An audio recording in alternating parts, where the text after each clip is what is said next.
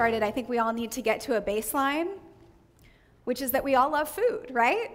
So every year, Americans spend approximately $1 trillion on food, which is a lot of money. And for each of us, that means about 2,000 pounds, 1 ton of food eaten. And I wanted to out myself. I myself am an eater. That's my husband and I in the middle. That's my bubby on the far right. I come from a long line of eaters, so I know what I'm talking about.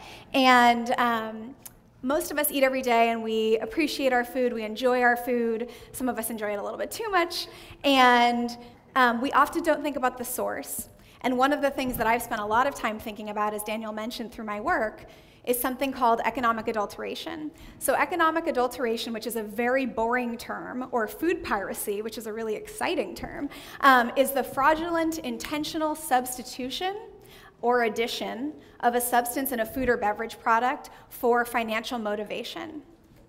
So we talk a lot about our food systems, and right now in our country, we're eating food that comes from all over the world, from sources far and wide, and on top of that, we have compounded food systems. So think of the back of a loaf of bread, and the flour, and the honey, and the water, and the sugar, and the salt, and anything that goes into it.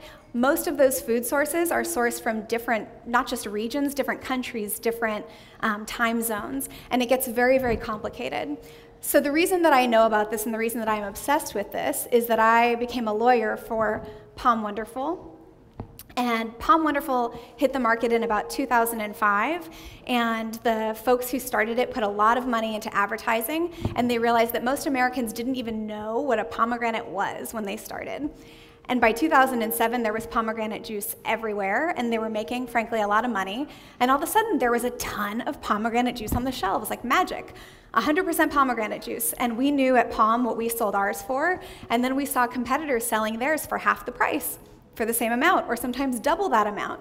We're like, that's bizarre. How do you make 100% pomegranate juice and sell it for $2? And they had a sneaking suspicion that it's because it wasn't pomegranate juice at all. So that's what economic adulteration is. And you'll see we had lab tests from different products, and I apologize if you know anyone associated with these brands, but the tests are the tests. Fail, fail, fail. In our opinion, this product contains little or no pomegranate juice. It contains added sugar, citric acid, apple, and pear juice. And yet, none of those products are listed on the front of pack. None of those products are listed on the ingredient label. And I could show you literally dozens and dozens and dozens and dozens of slides just like this. So my background is in progressive democratic politics, and I'm a good organizer, and I know there's really no way to move the needle on an issue if you're the only thing in town, particularly if you're a little lonely old pomegranate juice, right? Like, who's gonna really care about pomegranate juice? So I looked around, and it turns out that it wasn't just pomegranate juice after all. That there are literally dozens and dozens and dozens of products that are on our market shelves that are adulterated every single day. Lemon juice, I'm not going to list them all, but you can look at them. Wine, like how annoyed would you be if you thought you had a great Pinot Noir and it was just Merlot? You're like, come on, if I wanted Merlot grapes, I would have bought a Merlot. Same with maple syrup. And you know, the thing that's really frustrating about this is that these producers and purveyors of this food fraud, these food pirates, think that they can get away with it, right? Who's going to know that this maple syrup that I've labeled as perfectly pure and delicious is actually sugar and food dye and corn syrup, and who's it really going to hurt? And that's the thing that really frustrates me, because not only does it hurt consumers, certainly your pocketbooks. If you wanted to buy sugar water, you'd pay for sugar water, you wouldn't pay for maple syrup. But imagine our friends who are diabetic, imagine our friends with food allergies, imagine our friends who observe kashrut. We want to know that what we're buying, what we think it says on the bottle, is actually genuine. So we would want to believe that if this was so pervasive, it would be impossible that there would be a law, right? Like, this must be in existence because there's absolutely no regulation. And I'm so sad to tell you that's not the case at all. There's tremendous regulation, and it's not working. So we're not going to go through the code, but case in point, economic adulteration of any sort is clearly illegal, is clearly prohibited. And again, based on the last slide I show you, we obviously realize this law is not actually holding its value. And so we look a little deeper. Why is that?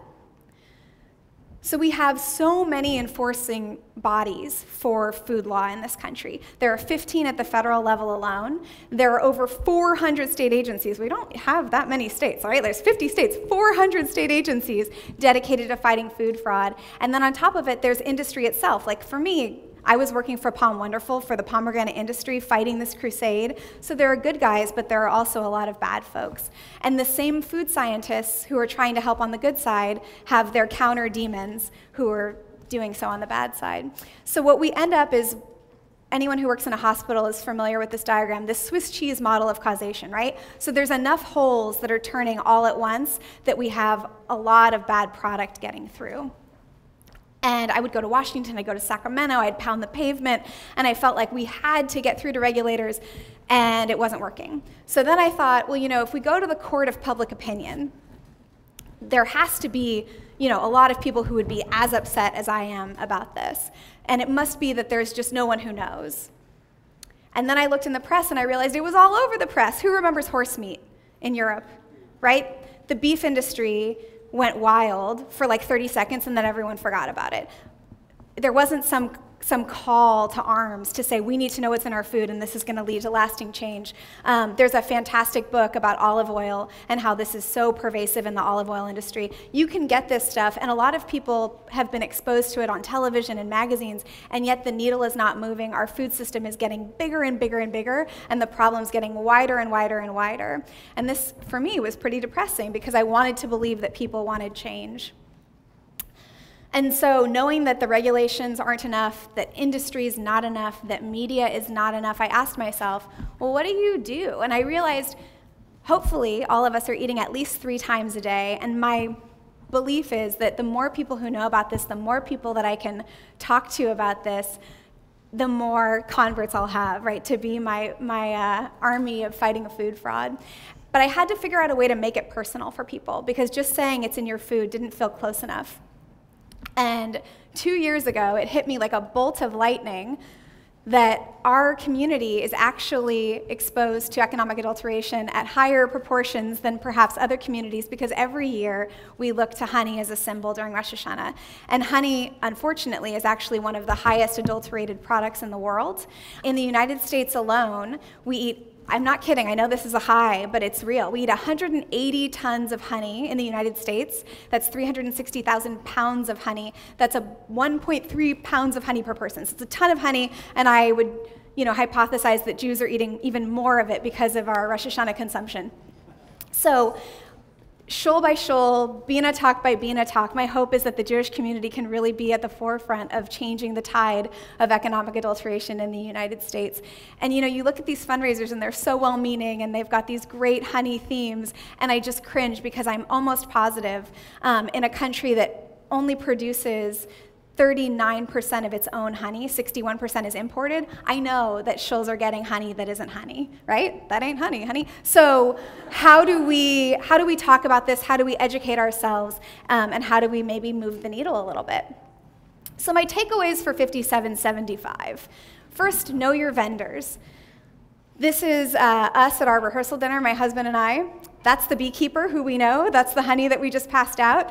It just so happens that one of my best friends from growing up, her father is a hobbyist beekeeper, and that is where we get our honey. But if you are not so lucky, and I know that's probably not going to be most of you, there are other things that you can really do. First of all, going to farmers markets and knowing your honey vendors is huge.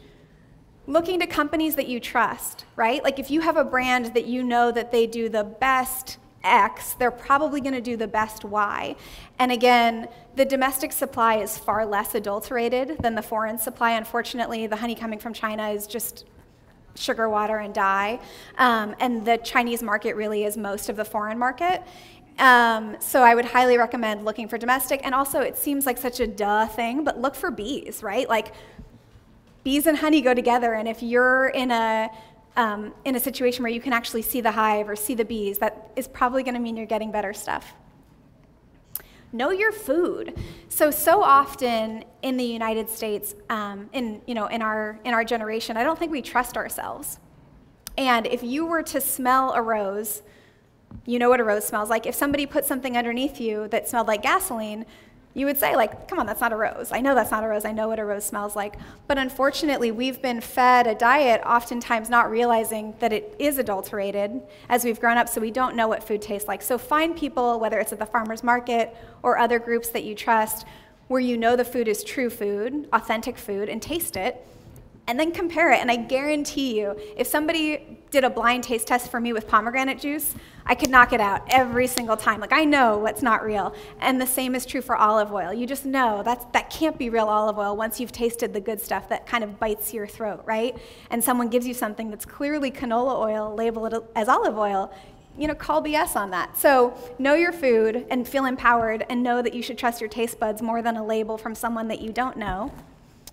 And lastly, spread the good word. So really my goal in being here and asking Daniel for this opportunity was that I really, really think this is an issue that all people care about, they just don't know it yet. So the more that we can talk about this issue, the more that we can think about what it means to have an authentic food supply, and the more that we can really put our thumb at the people who would have the audacity to try to feed the American public fake food.